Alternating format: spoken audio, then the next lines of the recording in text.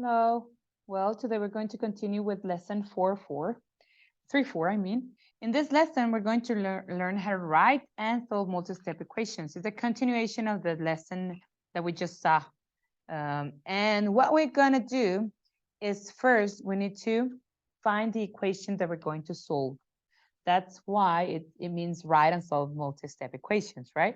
We need to determine what's our equation. If you see here in this example, it says you can represent many real-world problems using multi-step equations. 4 friends bought zoo tickets and spent $9.50 each on wristbands for the zoo rides. The same day, a group of 5 different friends bought zoo tickets and spent $3 each on the Stingray exhibit. The group of 5 friends also rent a locker for $8.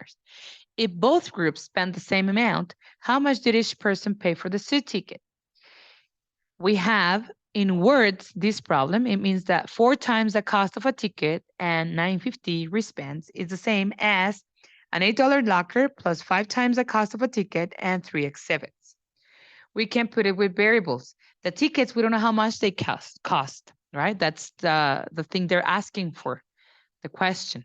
So the variable will represent t, or you can put x, right? We naturally or commonly use x, but you can use the letter that you want, right? Let t represent the cost of each ticket. If you see here in the problem, it says the 4 friends bought zoo tickets. So 4 friends, right? The first 4 friends bought tickets to the zoo.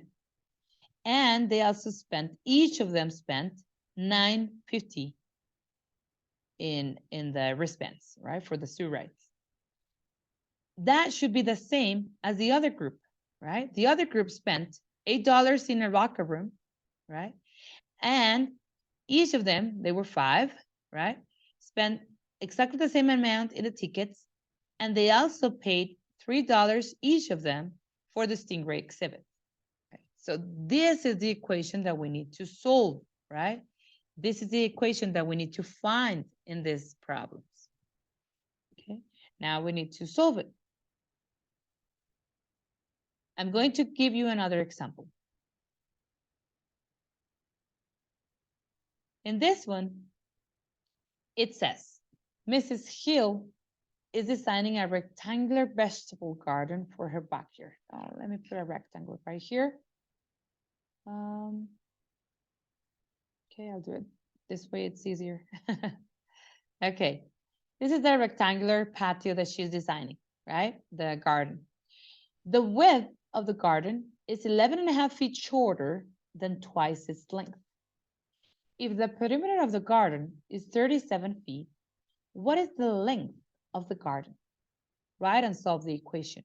So what it's asking, it's for the length of the garden, right? That one will be our variable, right? We can put L as a variable. So we don't know the length. We're going to put L as a variable right here, right? That's a variable. But it says that the width is, remember, this side right here.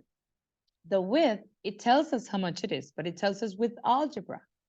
It says the width of the garden is 11.5 feet shorter than twice its length. What is twice its length? If the length, we know it's L, right? Twice that is going to be, well, L plus L. And when we add them, we have 2L, right? That it's twice its length. But it says that it's 11.5 feet shorter than twice its length. So to that twice its length, we're going to subtract 11.5, right? Because that's what it says. The width is 11.5 feet shorter than twice its length. So we have the twice its length, and we need to subtract 11.5 to have a shorter width, right? So this side right here, it would be the same as that side. Right? So 2L minus 11.5 feet. Now, we need to find a solution for L. And remember, all of the equations have something in common. They need to have an equal sign. And the problem gives us another fact, right? It says that the perimeter of the garden is 37 feet.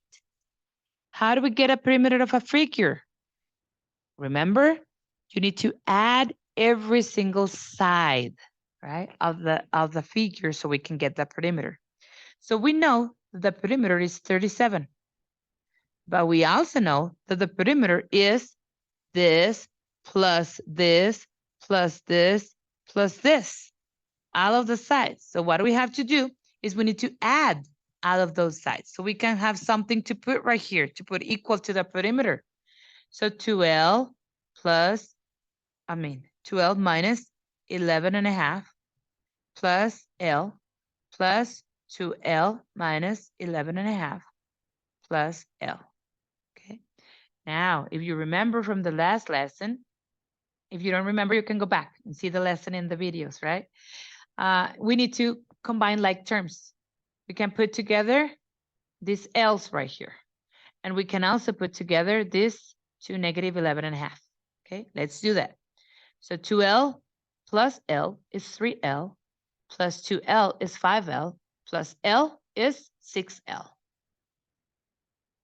So 6L and 11.5, negative 11.5 minus 11.5 will give us a total of negative 23.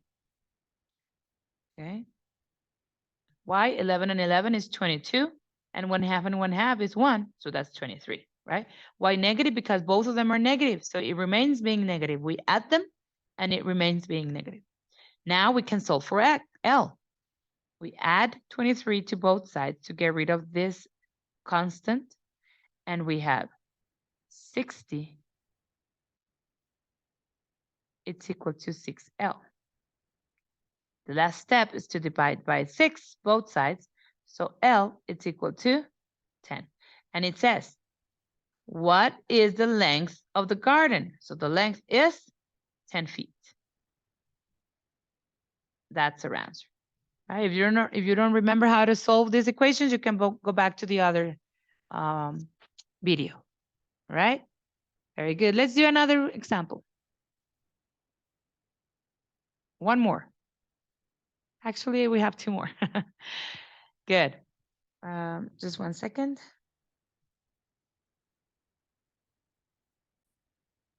If you see here, we have pretty much the same thing, right? It's only written in a different form. It says, Mr. Murphy's class of 20 students is going on a field trip to the Science Center. They will also watch a 3D movie. Mrs. Todd's class of 15 students is going on a field trip with the art museum and will take the audio tour. Admission to the art museum is 2.5 times that of the Science Center's entry fee, as shown in the table.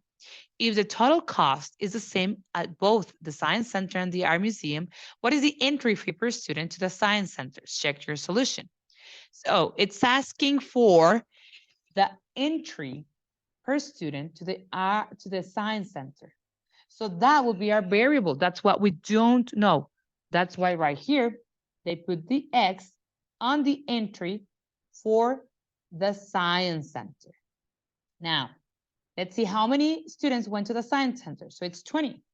20 students went to the Science Center and they paid the entry and they also watched the movie, right? Each student paid $2.50. They paid the same as the students that went to the Art Museum. They were 15 students.